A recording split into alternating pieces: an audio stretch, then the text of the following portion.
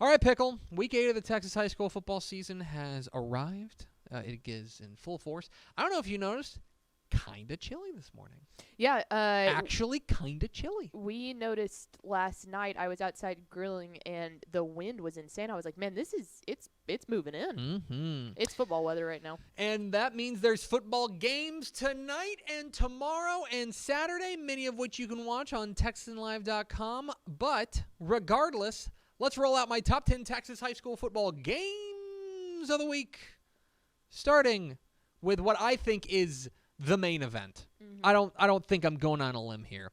It is the number 2 Columbus Cardinals taking on the number 4 Hitchcock Bulldogs. Live on Dave Campbell's Texan Live. That's right. Let's go. You can watch it live on Dave Campbell's Texan Live as Columbus takes on Hitchcock.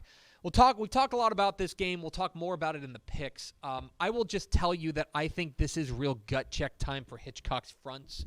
They're going to have to match up against Columbus's fronts because those are menacing. But it's also gut check time for this Columbus defense, which has been good, been very good. Mm-hmm. But they're about to get the test of the year when Lloyd Jones III and Damian McDaniel and Bryce Dorsey and Kelshawn Johnson come rolling in. Huge game. I will say this. I think it is a big, big advantage for Hitchcock to be at home. Mm-hmm. I think that's a big advantage. Hitchcock That's not a light trip either. Oh, no. Oh, absolutely. Hitchcock beat Columbus last year in Columbus. Now, Columbus, the number 2 team in the state, looking to return the favor at Hitchcock. This is box office stuff here between Hitchcock and Columbus that you can watch live on Dave Campbell's Texan Live. I know you're going to have that one pulled up on your laptop on Texan Live.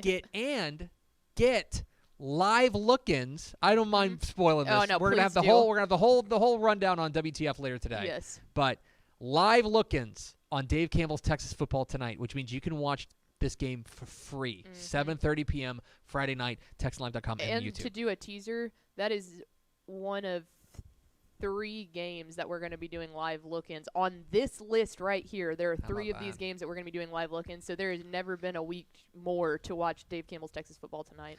Let's go to Austin. I think a game that I don't know why it's flying under the radar, but it's flying under the radar is the number 22 Dripping Springs Tigers take on the number 4 Austin Westlake Chaparrals in a huge District 26 6A matchup that is, I mean, Drip is still going to have to deal with Lake Travis. But, in fact, they play Lake Travis next week, so they get the 2 for here. Yep. But here is their opportunity to really send a message. We haven't talked a ton about Westlake basically outside of the Lake Travis game, and ho-hum, they've kind of mauled through people and beaten the teams that they're supposed to. We haven't talked almost at all about Dripping Springs, but I'll tell you that Galen Zimmerman's ball club, we thought that when that losing Austin Novosad was going to be a big deal for them. And look, they're 5-1. Their one loss on the year is back in week 1 when they lost to Vandegrift. Who is also state ranked, top 5 team in the state. Yep. But they have gotten their wheels back on. The offense has found a new quarterback in Maddox Maher. But I think what has been really impressive is the running game. Jack Tyndall leading the way, and their defense allowing just 11 points per game. What happens when they take on Jack Kaiser and this Austin Westlake attack? Plus, can they find a way through what has been always one of the best defenses in Texas in the Westlake Chaparrals? Fascinating game there. Drip and Westlake. To DFW we go. The All-Narrative Bowl in 5A Division II as the number 2 Frisco Emerson Mavericks go on the road to number 10 Argyle. And this is all narrative, okay? This is a moment for Frisco Emerson, the biggest game in program history, as they go on the road to Argyle. They're undefeated, but how tested are they? This is their final exam when they go on the road to Argyle. There's an Argyle team that started off real slow, started off 0-2, but they bounced back. Defense has been really strong all year, led by linebacker Bud Petter, and I think their offense starting to get rolling against John Gailey. Big test for the Argyle defense going up against Michael Hawkins, Izzy Bills, Kylan Evans. This is a high-flying Emerson attack. How does Argyle defend the home turf? Fascinating game that I just don't know how to call it because there's such a disparity in pedigree. Like the pedigree, if this game comes down to pedigree, it's not close. Argyle wins this game in a romp. If this game comes down to if Emerson, I think the first quarter is going to be really important for Emerson. Hang in this game because Argyle is going to want to come out and land a knockout blow immediately. I think the first quarter is really important. Huge game, Emerson and Argyle. Let's go a little bit off the board. In Johnson City, as a matchup of 6-1, Johnson City takes on, tell your children about 6-0 Mason. This rocks. Hey, guys, Mason bike? Mason might be back, y'all. Man, I'm telling that win against Wall was all I needed to really seal the deal on Mason. They look good. And the thing about them is that they're just doing it in old school Mason way, okay? The defense is supremely talented, okay? They've given up 61 points in 6 games, okay? Their defense has been outstanding. And they're running the stinking ball with Sutton Solario and Ryan Todd. They're just lining up and grinding it out. This is they had bad years by going like 9-3. Yeah. The past couple of years. This is Mason of like 2017, 2018. But they're back if they can go on the road against Nelson Cortez's Johnson City Eagles, a real kind of under the radar Johnson City team that's 6-1 on the year. Their one loss came back in week 2 when they lost to Thrall, which is a loss that has aged pretty well because Thrall's off to a really nice start. They are offensively dynamic. They have got plenty of playmakers, but they are going to try to keep it on the ground with guys like Colton Bonnet. They can throw the ball a little bit. Their dual threat quarterback, McCray Jacobs, is a playmaker. This is a fun matchup that might be flying under your radar, Mason and Johnson City. Let's go up to the top in the middle, go up to Panhandle.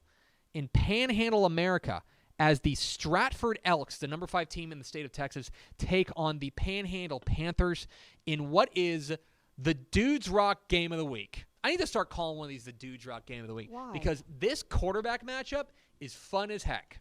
Fun as heck. I don't mean to curse, but it's fun as heck. You got Bryce Braden, the linebacker / quarterback for Stratford, who is like... Inject that straight into my veins. Just a wrecking machine. Like last week, he threw for 200, ran for 100, and had 20 tackles. Like that's just every week for Bryce Braden. He rocks. And Broxton Robinson, the quarterback for Panhandle, a team we haven't talked a ton about, 453 yards and 7 touchdowns last week against an unbeaten Amarillo Highland Park squad. Keep an eye on this game. This is a fun matchup between 2 great quarterbacks in Stratford and Panhandle. Then let's go to the Big Country. It's a great week in the Big Country as the 4-2 Lubbock Cooper Pirates go on the road to take on Abilene for what I believe is going to be for the District 2 5A Division I crown.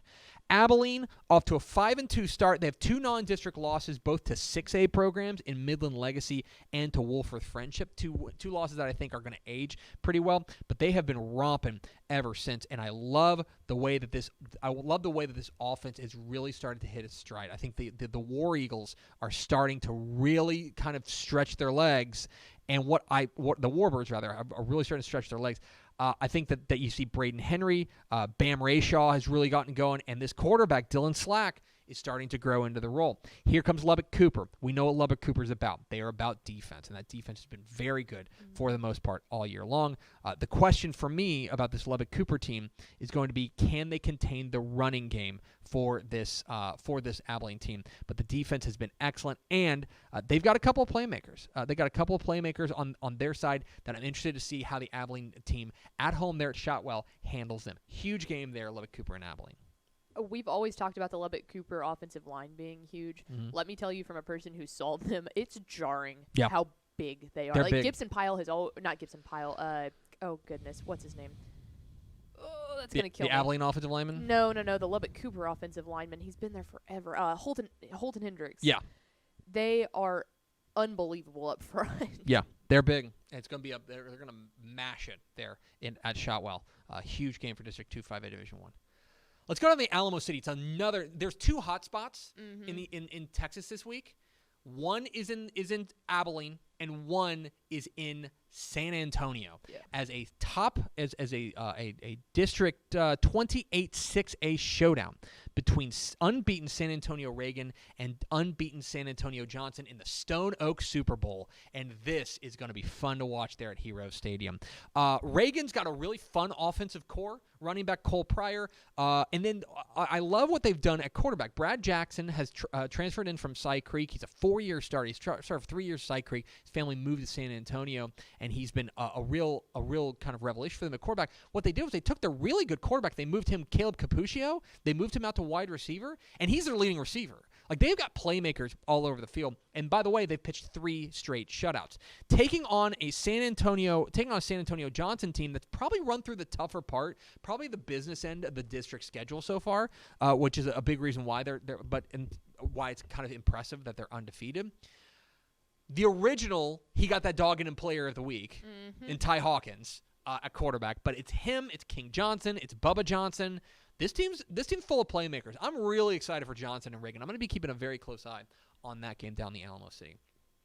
Then let's bounce out to Winsboro, another matchup of unbeatens. This one in 3A Division I, as the Winsboro Red Raiders welcome in the Pottsboro Cardinals, both at 6-0, and looking for what will probably be, it's a district championship game. I'm not gonna fart around.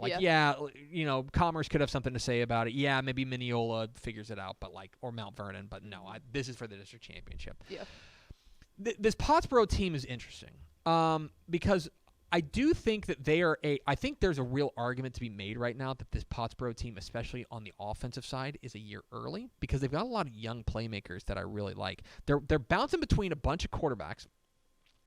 Specifically Caden Humphrey and Kyle Trulock. But make no mistake, what they're about is running back Major McBride. He's already over 1,400 yards on the year, 26 touchdowns in 6 games on the ground. Are you kidding me? And by the way, he has a receiving touchdown as well. They're going to keep it on the ground, and they are going to grind you down. It's really intriguing to see how they match up with Winsboro, which is a team that we also know what they're about, and it's quarterback Kyler Finney, coach's kid who has been spectacular. 1,000-yard passer already. He has got, and he's thrown for 14 touchdowns against 0 interceptions, taking extremely good care of the football. The question for me is going to be who can break through what has been 2 very good defenses. Winsboro's defense has been elite. Pottsboro's defense has been very good. Which of these defenses stands up in this showdown here in Winsboro? You can find out live on Dave Campbell's Texan Live. What? Incredible. James Tritley on the call. Not finally, we got 2 more to go. Back to the San Antonio area. We're going to talk with the head coach of the Harlandale Indians coming up here in just a moment as the undefeated San Antonio Harlandale Indians welcome in the undefeated and state-ranked Alamo Heights Mules. And I am really intrigued by this 14-5A Division II matchup. 2 teams that I think have a real claim to being the best team in District 14-5A Division II. So Alamo Heights entered the year as the favorite. They've looked nothing short of dominant to start the year. I love what they bring on the offensive side. This team is putting up points in a way that they kind of haven't in the past years. I want to say they're scoring 58 points a game. One of the most explosive offenses in Texas high school football, and a big reason why is what they are doing on the ground. Their dual threat quarterback, Colin Ernst, has been incredible, but they've got another running back in Michael Terry, the junior, who's been a real revelation for the Mules. Their offense is humming. Taking on a Harlandale team that is undefeated technically. They do have a loss on the field. They lost in Week 1 to San Antonio Veterans Memorial, but that game was vacated because of an ineligible player. But make no mistake, their defense has been their calling card, and they have got a really fun quarterback in Jacob Salcedo. Their quarterback has been fun, and a great running back in Zion Molina. This is a senior-laden ball club, and I'm interested to see how they match up against Alamo Heights in what will probably be for the District 14-5A Division II crown. And finally, let's go to McKinney as the number 13 McKinney Lions welcome in rival Allen. Live on Dave Campbell's Texan Live. Yeah, darn right, it's live on Dave Campbell's Texan Live. We haven't talked a ton about Allen in recent weeks, but they have quietly quietly gotten their wheels on. It hasn't always been pretty, but Allen is 4-2. They've won 4 straight, and a big reason why is that their defense has shored things up. Now, part of it is that the schedule lightened up. They ran through DeSoto, C.E. King, and Martin in the first 3 weeks, and gave up around 40 points a game in those games. But their defense has shored up, and I do think that they have started to settle in to what they want to do offensively. They've also been a real second-half team. They've gotten these past couple of weeks against Prosper Rock Hill and Denton Braswell, 2 teams that I think threatened to kick them out of the playoffs. They were close at halftime, blew them out in the second half. I think they figured out a quarterback in Brady Bricker. I think that they've got a running back in Amir McDowell, and they're going to be a team to keep an eye on going forward. But this is the real test for McKinney, and we'll find out everything we need to know about McKinney this week. This is the big game. They get Allen at home. This is the game they want to have.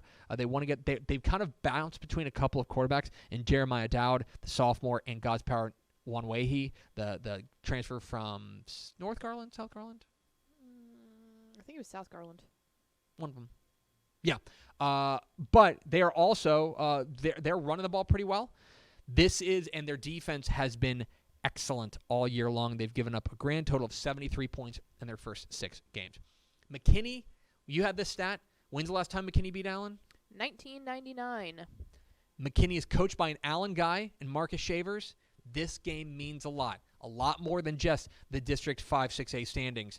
This game means a ton here. Allen and McKinney live on Dave Campbell's Texan Live. Of course, you can watch the biggest games, the biggest moments live for free everywhere. Dave Campbell's Texas Football tonight, Friday night, 7:30 p.m. on TexanLive.com and on YouTube. There they are, my top 10 Texas high school football games of the week. Thanks so much for watching that video. If you would like more and to be notified when they come out, go ahead and click that subscribe button right down there. You can also watch Texas Football Today every day live at noon on TexasFootball.com, Facebook, Twitch, and right here on YouTube. For more of the best coverage of Texas football in the Lone Star State, go to TexasFootball.com/subscribe.